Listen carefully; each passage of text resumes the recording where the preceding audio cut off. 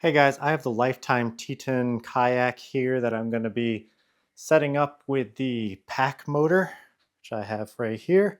It's still ice out, so I can't do a water test, but what I'm going to do is just see how well it fits on this particular kayak and basically run through my setup to quickly get on the water from my car. And I do have the Old Town PDL 106 Sportsman kayak. I probably will use this motor on that as well. But I got this kayak here cheap. They run like, I don't know, $300 to $400 depending on if you get a sale price or a sale price with a coupon. And they're pretty comfortable sit on top kayaks. And what I like about it is that it is light enough for me to carry and put onto my roof rack. So anywhere where I can't trailer, which is something I have to do for my giant Old Town PDL kayak, I will have this option and I'll have a motor to go with it so I won't be stuck paddling. So let's get going. Let me set this camera down and have it track me. Okay, the one piece I'm missing here is the kayak carrier. I have the Wilderness Systems cart, and for right now that's frozen in a snowbank, but let's pretend I've just taken this kayak off my car and put it onto the kayak carrier. And the reason I say that is because when you're sliding the PACMOTOR on, you want to make sure that you're able to slide the strap underneath the cart. So anyway, first thing I'm probably going to do is toss on the seat.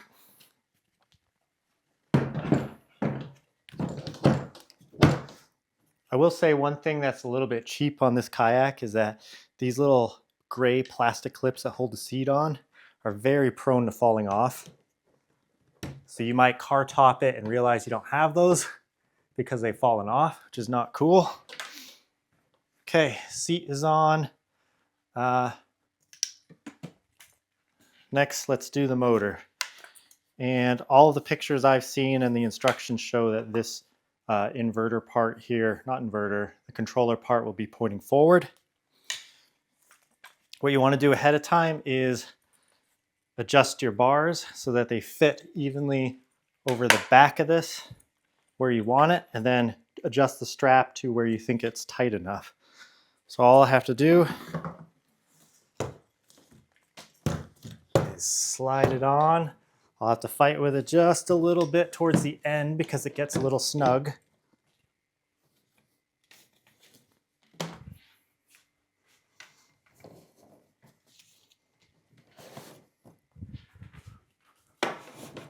My goal was to get it just past the two rod holders here so I could still use those.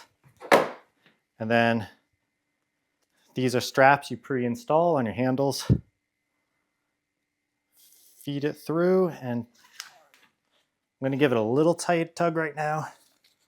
Not going to tug it too hard. Come over onto the other side. I have a carabiner on here because this is the angle, this is the side of the kayak that faces down on my car. And this strap here with a big metal buckle is long enough to hit my car, and I don't want to ruin my paint. So I have it carabinered up there.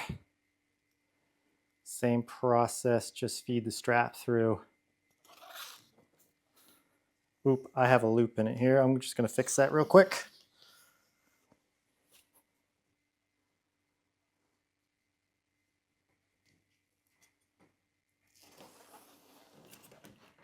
And on this side, I'm going to yank it harder.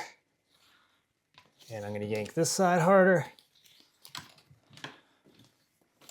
And just tuck the straps away. So the motor's on.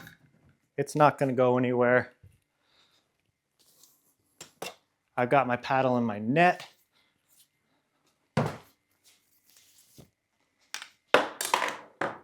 Paddle is going to go here. Tipped a little bit. I have a kayak paddle leash on here that I just clipped to my chair.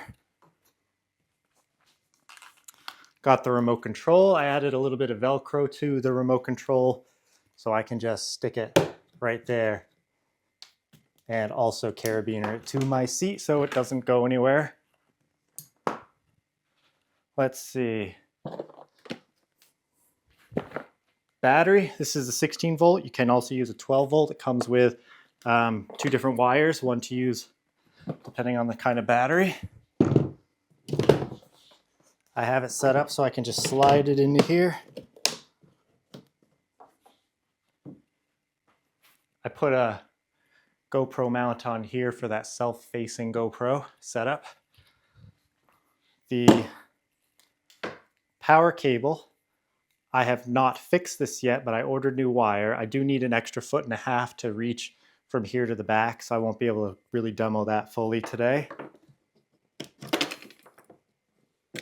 This just goes on, twist, and supposedly it's a waterproof connection.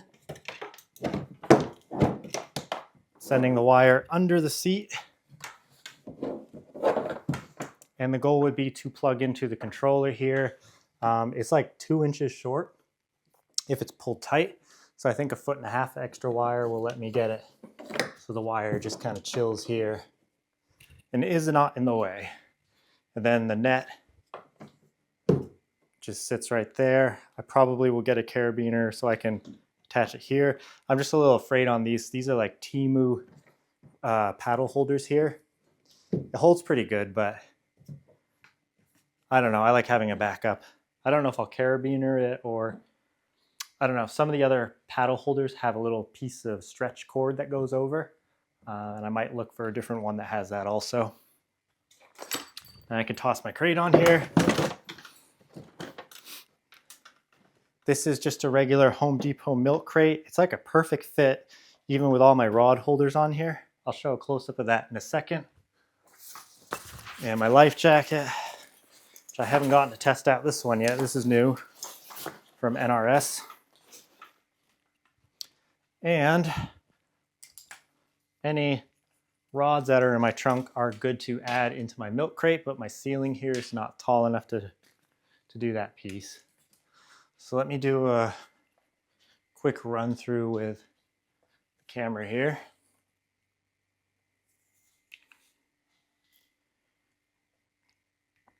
Okay, start from the back. So there's still a tiny bit of trunk room left. I think I have a little lunchbox that I use, insulated lunchbox to hold all my camera gear and any clothes and stuff. I could probably fit that there. You can see here the milk crate. It's just wide enough. I've got 1, 2, 3, 4, 5, 6, 7 rod holders on here, although this one's just for camera use. This is the rear facing camera. This is just a carbon fiber tripod extension with a selfie stick on here from Insta360 that raises up. Got the quick release for the GoPro on there. Here's the motors. It's easy for me to turn enough to pull the release.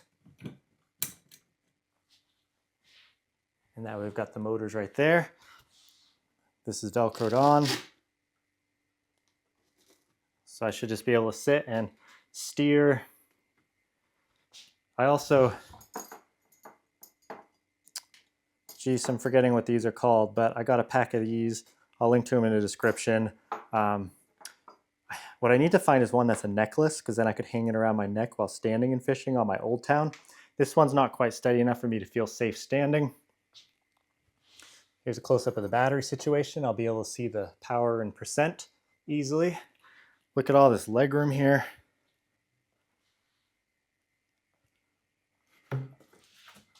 Everything's pretty sturdy.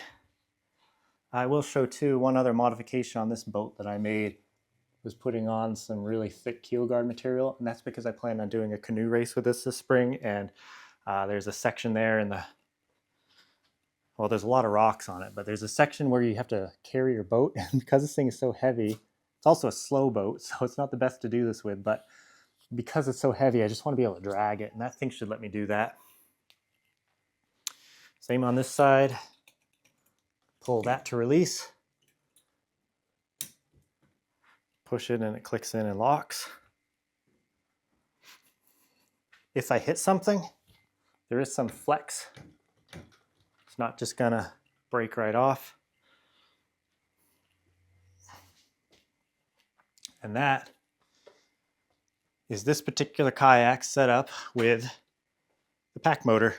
I'll do videos soon once the ice melts, testing it out and using it. I'm sure I'll be using it on the Old Town Kayak also. For now, I just need to get that longer wire. Oh yeah, let me show how close it was.